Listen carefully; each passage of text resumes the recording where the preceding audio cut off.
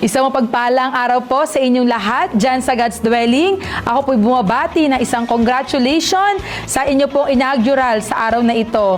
Muli mga kapatid, tunay na katapatan ng Panginoon ay buhay sa ating mga buhay. He is faithful and just na tayo po'y muli nakapagpatayo ng isang panambahan upang iproclaim ang kanyang pangalan at makilala ang kanyang pangalan sa Davao. Kaya po, muli binabati ko po ulit kayo ng congratulations na tayo po ay patuloy na magkaisa upang ipalaganap ang pangalan ng Panginoon sa ating bansang Pilipinas. Kaya po, patuloy po tayong panghawakan ng kanyang salita in Philippians 4, verse 19, that He is the God who will supply all our needs according to riches and glory of Christ Jesus. Maraming salamat sa buhay ng bawat isa as you celebrate the goodness at faithfulness ng Panginoon.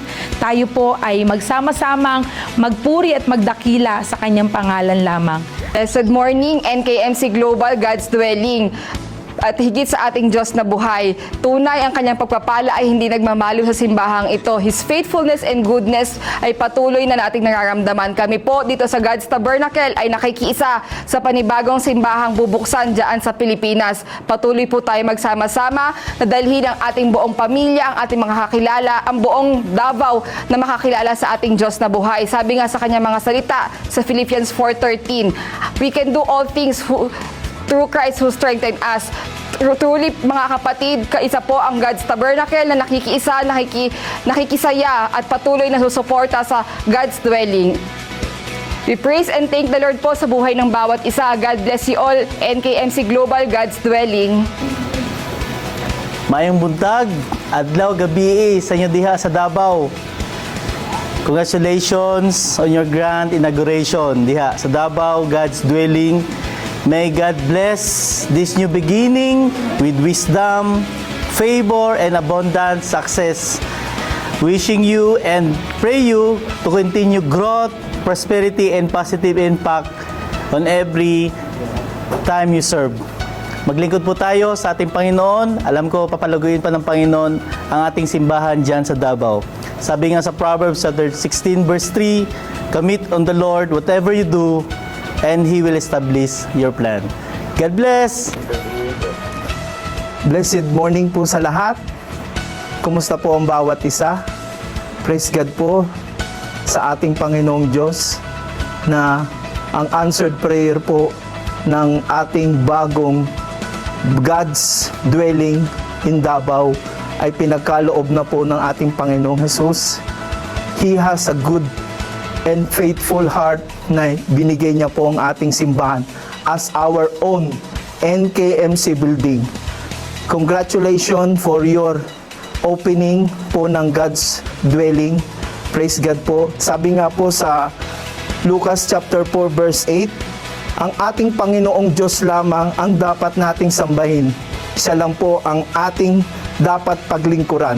Praise God nga po. Sabi nga po dito sa kanyang salita, siya lang po ang ating Diyos na sasambahin. Wala na pong iba, kundi ang ating Panginoong Hesus lang ang ating itataas sa ating buhay. Muli po, ako po'y bumabati mula po sa aking taus-pusong pagbati sa pagbubukas po ng God's Dwelling. Congratulations and God's speed po sa inyong lahat. Maayong buntag mga kaigsuunan sa Davao. We praise and thank God sa inyong pag-abri sa inyong simbahan karon nga adlaw. Giingon nga sa salita sa Ginoo sa Ephesians 3:20-21, now to Him who is able to do far more abundant than all that we ask or think according to the power at work within us. To Him be glory in the church and in Christ Jesus throughout all generations forever and ever. Among giampo nga ang simbahan sa Davao ay mas mudaghan pa ang kaluluwa nga nanginhanglan sa atong Ginoo. We pray, we seek God to our life in Jesus Christ. Shalom God's Dwelling, isa po mapagpalang umaga sa bawat isa. Ako po ay nagagalak at ngayon po ay opening ng panibagong simbahan po ng NKMC Global, which is ang God's Dwelling po. Tunay nga po na napakabuti ng ating Panginoon at tapat po siya sa kanyang mga pangako. Ito po yung pag-o-open ng God's dwelling ay katunayan lang po ng kanyang kabutihan, ng kanyang goodness at ang kanyang unfailing love po sa bawat isa. Nawa po ang God's dwelling po ay maging tahanan po ng presensya ng ating Panginoon kung saan po maraming buhay na magbabago, marami pong pusong manunumbalik sa ating Panginoon at marami pong kaluluwa na maabot sa pamamagitan po ng God's dwelling para po kay Heso Kristo. Amen po. And Isaiah chapter 43 verse 19 says, "See, I am doing a new thing. Now it is spring up. Do you not perceive it?" God bless po, God's dwelling. Nimbag nga malem kada kayo amin sa mapagpalang hapon po sa inyong lahat, God's dwelling. Today is a living testimony on how God is faithful sa buhay ng bawat isa. And what was once a vision has now become a dwelling place where lives will be transformed, hearts will be restored, and His name will be glorified. Sabi po niya sa kanyang salita sa Psalms 126 verse 3, "The Lord has done great things for us and we are filled with joy." To God be the glory, and mula po sa NKMC Global God's Tabernacle, kami po ay nakikisa sa inyong inauguration sa umagang ito. And congratulations NKMC God's Dwelling. Patuloy po tayong maging beacon of hope, faith, and salvation for generations to come. God bless po.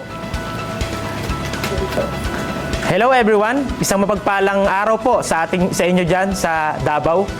Kami po ay lubos na nagagalak at bumabati sa inyo ng congratulations for your inaugurations dyan sa God's Dwelling. Ang inyong pong lingkod ay si Deacon Reynan from God's Tabernacle at nagsasabi sa kanyang salita na sa 2 Corinthians chapter 5 verse 7, "For we walk by faith, not by sight." Nawa mga kapatid, patuloy tayong lumakad sa pananampalataya natin sa ating Panginoon at ganun din patuloy nating malakaran ang kanyang kagustuhan para sa atin. God bless everyone. More souls to Jesus.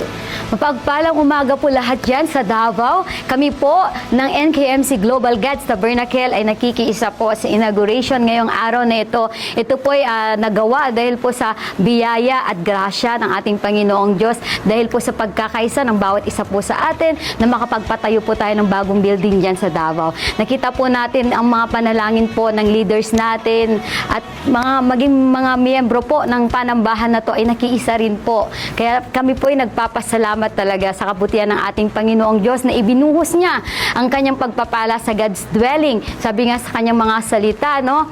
Whoever dwells in the shelter of the Most High will find rest in the shadow of the Almighty. Kaya dito po natin ibibigay lahat lahat po ng pagpapala ng ating Panginoong Diyos. Dito po natin lahat ipupunta sa God's dwelling na ito. Tayo po ay maglingkod na may pagpapakumbaba sa ating Panginoong Diyos, may pagmamahalan, pagkakaisa. At ito po ang araw na ginawa ng ating Panginoong Diyos upang tayo ay magsaya. We will taste and see the goodness of the Lord dito po sa God's dwelling. Kaya kami po ng NKMC Global God's Tabernacle, maging ang God's Rock and God's Sanctuary ay nakikisa po sa inyo dyan sa Davao. Mapagpalang araw po and God bless everyone. Ako nga po ang lingkod ng ating Panginoong Diyos na si Deaconessa Mayan, and God bless everyone.